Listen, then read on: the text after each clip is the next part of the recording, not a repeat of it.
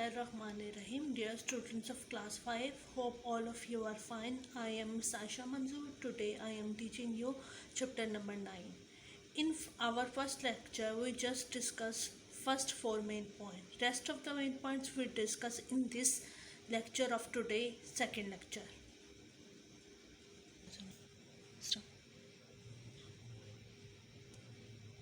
The role of bank. First topic which we discuss in second lecture is the role of bank.